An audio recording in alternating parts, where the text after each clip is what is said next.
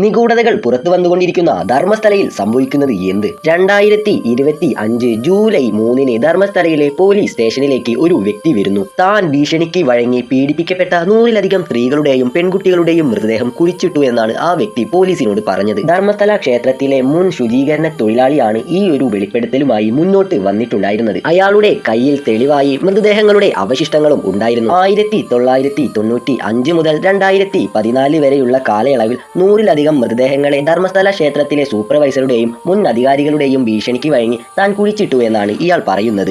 അതിൽ കൂടുതലും പ്രായപൂർത്തിയാവാത്ത പെൺകുട്ടികൾ ഉണ്ടായിരുന്നു. വസ്ത്രങ്ങളോ അടിവസ്ത്രങ്ങളോ ഇല്ലാതെ നിരവധി മൃതദേഹങ്ങളെ താൻ കുഴിച്ചിട്ടു എന്ന് അയാൾ പോലീസിനോട് പറഞ്ഞു. കൃത്യമായ ലൈംഗികാതിക്രമത്തിന്റെ ലക്ഷണങ്ങളും മുറിവുകളും ശ്വാസം മുട്ടിച്ചതിന്റെ പാടുകളുമെല്ലാം മൃതദേഹത്തിൽ കാണാമായിരുന്നു. യൂണിഫോം ധരിച്ച ഒരു ചെറിയ പെൺകുട്ടിയെ അവളുടെ ബാഗിനോടൊപ്പം സംസ്കരിച്ചത് വരെയുള്ള അസ്വസ്ഥത ഉളവാക്കുന്ന കാര്യങ്ങൾ അയാൾ പോലീസിനോട് പറഞ്ഞു. ഇങ്ങനെ നിരവധി സ്ത്രീകൾക്കും പെൺകുട്ടികൾക്കും ഈ ഒരു ക്രൂരത അനുഭവിച്ച് മരിക്കേണ്ടി വന്നു. അങ്ങനെ പിന്നീട് തുടർന്നുള്ള പീഡന കൊലപാതകങ്ങളിൽ തന്റെ കുടുംബത്തിലെ ഒരു അംഗത്തിനും ഈ ഒരു അവസ്ഥ ഉണ്ടാവുന്നു. ഇതിനെ തുടർന്ന് ഇയാൾ അവിടെ നിന്ന് കുറച്ചുകാലം മാറി നിൽക്കുന്നു. മാനസിക സമ്മർദ്ദവും കുറ്റബോധവും ഇയാൾക്ക് വലിയ തരത്തിൽ നേരിടേണ്ടി വരുന്നു. തുടർന്ന് ഇക്കാര്യങ്ങളെല്ലാം ഇയാൾ പോലീസിനോട് വന്ന് പറയുകയായിരുന്നു. ജൂലൈ 11 ഇയാൾ മൃതദേഹത്തിന്റെ ഒരു അവശിഷ്ടം സ്വയം കുഴിച്ചെടുത്ത് പോലീസിന് നൽകി. ഇതിനെ തുടർന്ന് പലതരത്തിലുള്ള മിസ്സിംഗ് കേസുകൾ ധർമ്മസ്ഥലയിലേക്ക് തിരിയുകയാണ്. 2003 അനന്യ ഭട്ട് എന്ന് പറയുന്ന പെൺകുട്ടിയുടെ മിസ്സിംഗ് കേസും സൗജന്യ എന്ന് പറയുന്ന പെൺകുട്ടിയുടെ മരണവുമെല്ലാം ഇപ്പോൾ ധർമ്മസ്ഥലയിലേക്കാണ് ശ്രദ്ധ പോകുന്നത്. പണത്തിനും സ്ത്രീകൾക്കും ഭൂമിക്കും വേണ്ടി 400-ലധികം കൊലപാതകങ്ങൾ അവിടെ നടന്നിട്ടുണ്ടെന്ന് പറയുന്നു.